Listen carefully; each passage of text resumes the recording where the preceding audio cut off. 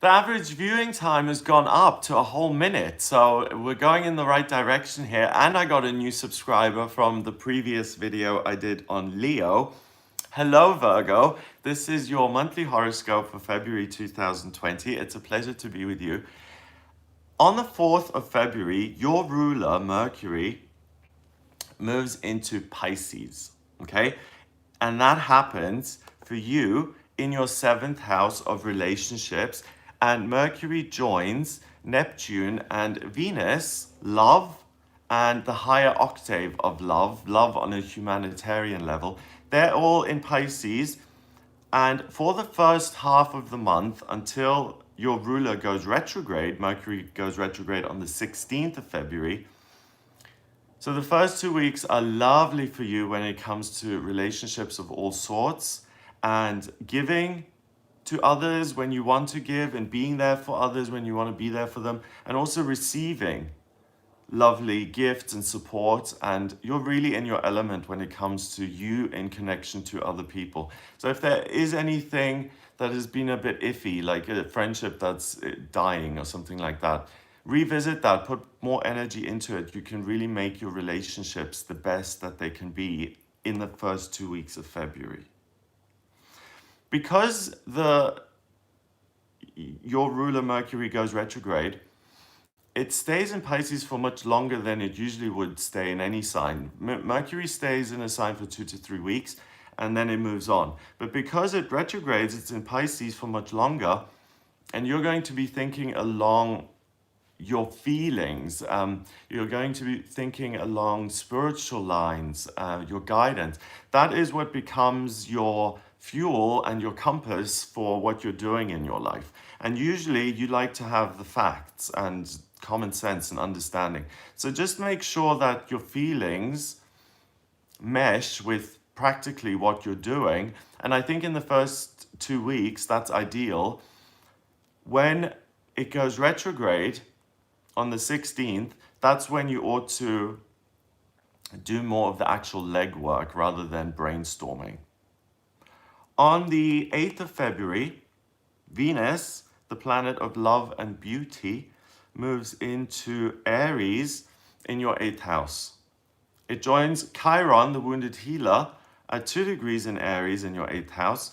And what you're able to do is you're able to heal your working life relationships.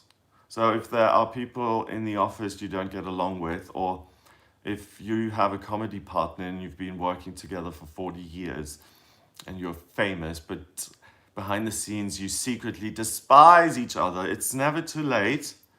And I mean, if you're married, if you're with someone and you really love them, and then you get divorced a few years later, that love, when it turns to hate or disrespect, it is intense disrespect and dislike. And you think, I'll never be able to recover from this. But then you leave it for a year and you find that you can be friends, or that you can have some sort of decent, normal relationship. So even with your worst enemy, you're able to make peace from the 8th until the 16th. On the 9th of Feb, we have a full moon in Leo, and that happens in your 12th house of spirituality and spiritual strength. So a full moon in Leo is fun. Leo is ruled by the sun, your identity. It's giving a party and being confident and being in the spotlight and having fun at Disneyland and going just on a hiking tour, if that's what pleases you. And it happens in your 12th house, which means that it gives you this inner strength, this inner fire, this inner flame that burns within you, and you have this amazing self-belief and trust. So listen to your inner voice until the 16th. On the 16th, when your ruler does go retrograde, it does go retrograde in your 7th house of relationships, and it sits next to Neptune. So now it becomes fuzzy to tell who's on your side, who isn't, who has your best interests at heart and who doesn't. So really, relationship-wise, if things have to change, or if you have to it happens in the first 2 weeks of the month, I don't know why I can't speak, I'm sorry. Rather than doing it in the last 2 weeks of the month, because you're not going to see as clearly in the last 2 weeks. And especially starting any type of new relationship, hold off on that. I mean, if possible, or if you do make new relationships, be very careful. Don't just get married within a week. Look at least until March the 9th, when Mercury comes out of retrograde, because then you'll see these relationships very differently. So out of all of the signs, Virgo, you are affected by this retrograde in the sense that for you, it really affects your relationships, and for other people, it doesn't. It's much more about communication problems and emails getting lost. On the 17th of February, Mars, the male, masculine, soldier, red planet kind of energy, which rules Aries, that goes into your 5th house of romantic relationships, and it joins Jupiter and Pluto and Saturn in Capricorn in your 5th house. So you really want to work on romantic relationships and making your love life better. But again, I would be very careful because Mercury is in retrograde. And if you put all this work or you start a new relationship with someone who you think is just the bee's knees, then on the 9th of March, when Mercury comes out of retrograde, you're like, what was I thinking? It's like when you wake up with someone, back in my drinking days, like you wake up with someone and you look over at them and you're like, oh my goodness, what did I do last night? Save yourself the trouble, okay? So to recap, really, your relationships you're blessed in the sense that you can really do something wonderful at the beginning, first 2 weeks of the month. And what goes up must come down, right? So in the second half, be careful with the relationships that you do have, that you don't cement anything down. Here are my keys. Let's sign the marriage certificate. Let's go into business together. None of that stuff. If you can possibly avoid it. If you can't avoid it, make sure every I is dotted, every T is crossed.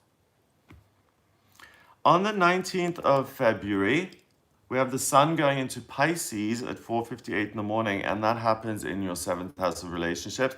So it now gives you the strength to, again, see clearly in your relationships. So there's a 3-day slump. And the Mercury retrograde affects you badly in those 3 days. From the 16th of February until the 19th of February, those are a no-no for new business and all of the stuff I just mentioned. If you can possibly avoid it, as I said. Finally, on the 23rd of February, 2020, we have a new moon in Pisces happening in your 7th house of relationships, and you still have Mars and Jupiter and all of that stuff in your 5th house of romantic relationships. So you're really going to be interested in relationships. I would suggest that you focus on the relationships that are already in your life and to mend relationships that haven't been so great. Once Mercury goes direct on the 9th of March, you're going to have a wonderful time in March with your love life and with relationships the way you do in the first 2 weeks of this month, but just be careful that you don't give too much of yourself. If you're someone who is susceptible to codependency or feeling incomplete if you're not in a relationship, you guys particularly pay attention, because you're going to have this great desire to be with someone rather than be alone. And you don't care who it is, just as long as you're not alone. So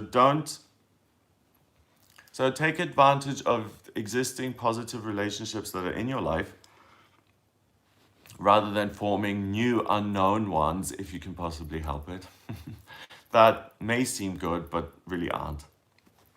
So that's what I get for you in February, Virgo. If you would like a personal reading with me, please go to my website. It's gregoryscott.com, and you can order your personal reading with me on the website. I use astrology, tarot, numerology, and my intuition in my personal readings. If you don't have your time of birth, because I need your place of birth, date of birth, and time of birth to draw up your chart, then please order a chart rectification on the website. Then I can draw up your birth chart and I can answer any questions you have. So if you're interested in that, please head over to gregoryscott.com. If you like this video, please share it online. And if you really like this video, then hit the red subscribe button so that you get more of my content straight into your inbox, and make sure the bell is on so you're alerted and all that jazz. Have a great February, and I'll speak to you soon.